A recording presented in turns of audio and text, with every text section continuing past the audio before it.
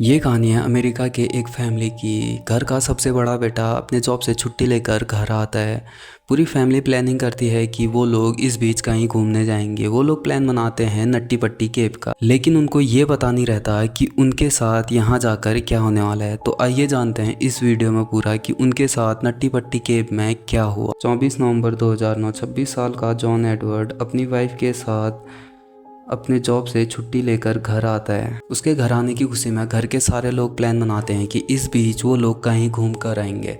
तो वो लोग प्लान बनाते हैं नट्टी पट्टी केव को एक्सप्लोर करके आने का। मैं आपको ये बता दूं कि वहाँ की सरकार ने पहले ही नट्टी पट्टी केव को बंद कर दिया था वहाँ होने वाले आए दिनों हादसों के कारण, लेकिन फिर भी लोग वहाँ घूमने को जाया करते थे। जॉन की फैमिली और उसके दोस्तों को लगाकर वो कुल 11 लोग थे और इन लोगों ने सुबह से ही अपना पूरा का पूरा सामान इकट्ठा कर लिया था। वो लोग बहुत एक्साइटेड थे इस जगह जाने के लिए। जॉन और जोश जो कि जॉन का छोटा भाई होता है, इन दोनों को केविंग का कुछ बहुत एक्सपीरियंस होता है, क्योंकि ये लोग अपने बचपन में अपने आसपास अपने शहर के आसपास जितने भी केव हैं उनमें पहले भी जा चुके थे। दिन था 24 नवंबर 2009। रात के 8 बजे वो लोग नट्टी पट्टी पहुंचकर केव के अंदर जाने लगते हैं। पहले का 1 घंटा इन लोगों के लिए सही जा रहा था। वो लोग केव के अंदर जा रहे थे और इसे एक्सप्लोर कर रहे थे। केव के कुछ अंदर एक बिग स्लाइडर नाम की जगह में ये लोग मिलते हैं, क्योंकि ये जगह थोड़ी सी चौड़ी जगह थी जहाँ की ये लोग बैठ सकते हैं। तो ये लोग वहाँ पे मिलते हैं, बैठते हैं और एक दूसरे से बातें करते हैं और एक दूसरे को अपना एक्सपीरियंस शेयर करते हैं। लेकिन जॉन और जोश के माइंड में कुछ और ही चल रहा होता है। वो दोनों आपस में बातें करते हैं और डिसाइड करते हैं कि वो दोनों इस केव की सबसे डीपेस्ट एंड सबसे चैलेंजिंग जगह,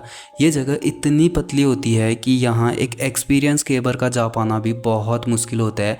ये दोनों वहाँ घूम कर आएंगे, जिसका नाम बर्थ कैनाल है। वो लोग मैप देखते हैं और प्लानिंग करते हैं कि वो लोग बर्थ कैनाल जाएंगे और वहाँ आगे जाकर एक छोटी सी घूमने की जगह है, वहाँ से घूमकर वो लोग वापस आ जाएंगे और वो दोनों बर्थ कैनाल की ओर निकल जाते हैं। जॉन जो कि आगे आगे चल रहा था और जोश उसके पीछे पीछे। कुछ आगे जाने के बाद जॉन देखता है कि आगे से 2 रास्ते हैं।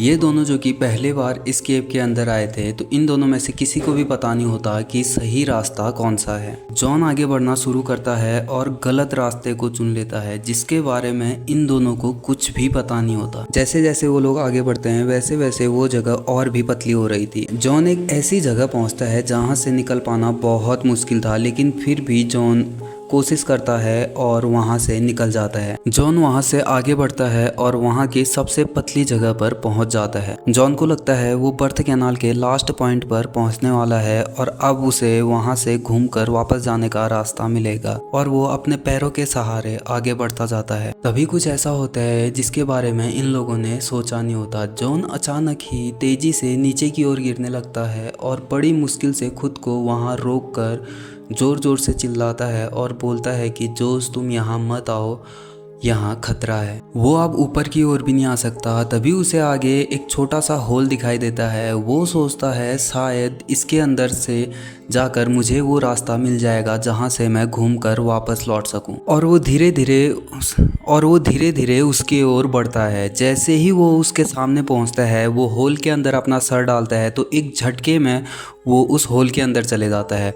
और जैसे ही वो आँख खोल के आगे की साइड देखता है तो वहाँ रास्ता बंद होता है। वो जगह केव की एंडिंग पॉइंट थी। वो जगह इतनी पतली थी कि जॉन खुद को हिला भी नहीं पा रहा था। सर नीचे और पांव ऊपर की पोजीशन में जॉन वहां फंसा हुआ था और जॉन के पैर होल के सबसे पतले जगह पे फंसे हुए थे। वो खुद को ऊपर की ओर पुश करता, लेकिन उसकी मेहनत का कोई फायदा नहीं था। तब तक जोश भी वहां पहुंच जाता है, लेकिन जोश अपने भाई की तरह नहीं, वो अपने पाँव आगे और सर पीछे करके इस केव के अंदर घुसता है। वो जैसे ही वहां पहुंचकर देखता है तो उसे दिखता है कि जॉन एक होल के अंदर फंसा हुआ है और जोश को उसके खाली पैर दिख रहे थे, लेकिन वो कुछ कर नहीं सकता। वो जॉन से बोलता है कि तुम घबराना मत, मैं बाहर जाकर मदद लेकर आता हूँ।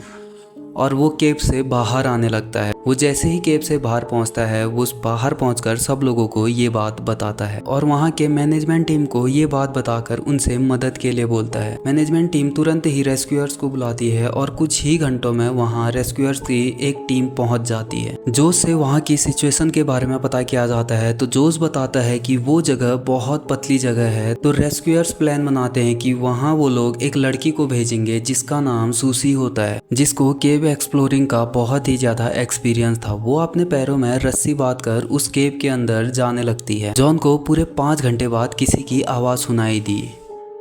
सूसी वहाँ पहुंचकर जॉन से बातें करती है और उससे बोलती है कि बहुत जल्द ही तुम्हें यहाँ से बाहर निकाल लिया जाएगा। ये सुनकर जॉन थोड़ा रिलैक्स फील करता है। सूसी उसके पैरों पर रस्सी बांधती है और उसे बाहर की ओर खींचने की कोशिश करती है।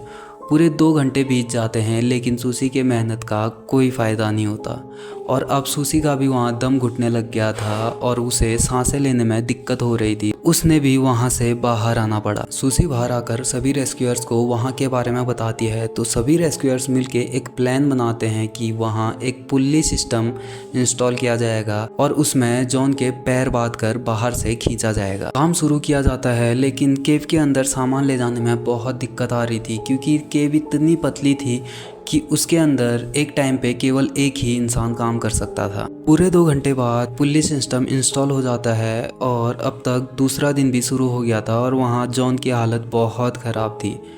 डॉक्टर रेस्क्यूअर्स को बताते हैं कि जॉन को जल्द से जल्द बाहर निकालना पड़ेगा, नहीं तो उसका सारा खून उसके सर में जमा होकर उसकी मौत हो जाएगी। फिर रिया नाम के एक रेस्क्यूअर्स को केव के अंदर भेजा जाता है। वो वहाँ पहुँचकर देखता है तो उसे जॉन के पैर दिखाई देते हैं।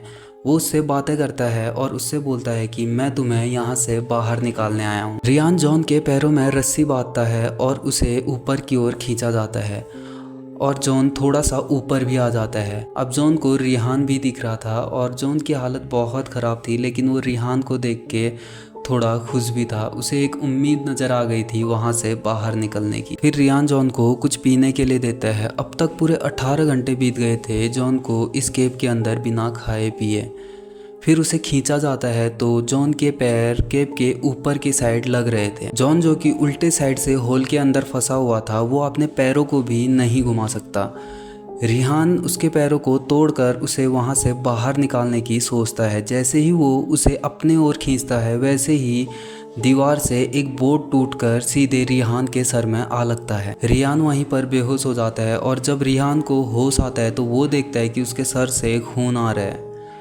वो जॉन से बातें करता लेकिन जॉन उसकी बातों का कोई जवाब नहीं दे रहा था और उसका शरीर भी पूरा शांत पड़ चुका था। रिहान ये बात बाहर आकर रेस्क्यूअर्स को बताता है तो मेडिकल एक्सपर्ट की टीम में से एक आदमी वहाँ जाता है और इस बारे में पता लगाता है तो पता चलता है कि जॉन एडवर्ड अब इस दुनिया में नहीं रहे। 25 नवंबर 2009 रात 11:30 बजे ऑफिशियली कंफर्म किया जाता है कि जॉन एडवर्ड अब नहीं रहे। 26 नवंबर 2009 को गवर्नमेंट के द्वारा इस केव को बंद कर दिया गया और जॉन की फैमिली ने उसके याद में यहाँ एक बोर्ड लगाया उसके नाम का और अभी भी जॉन की बॉडी इसी केव के अंदर बंद है।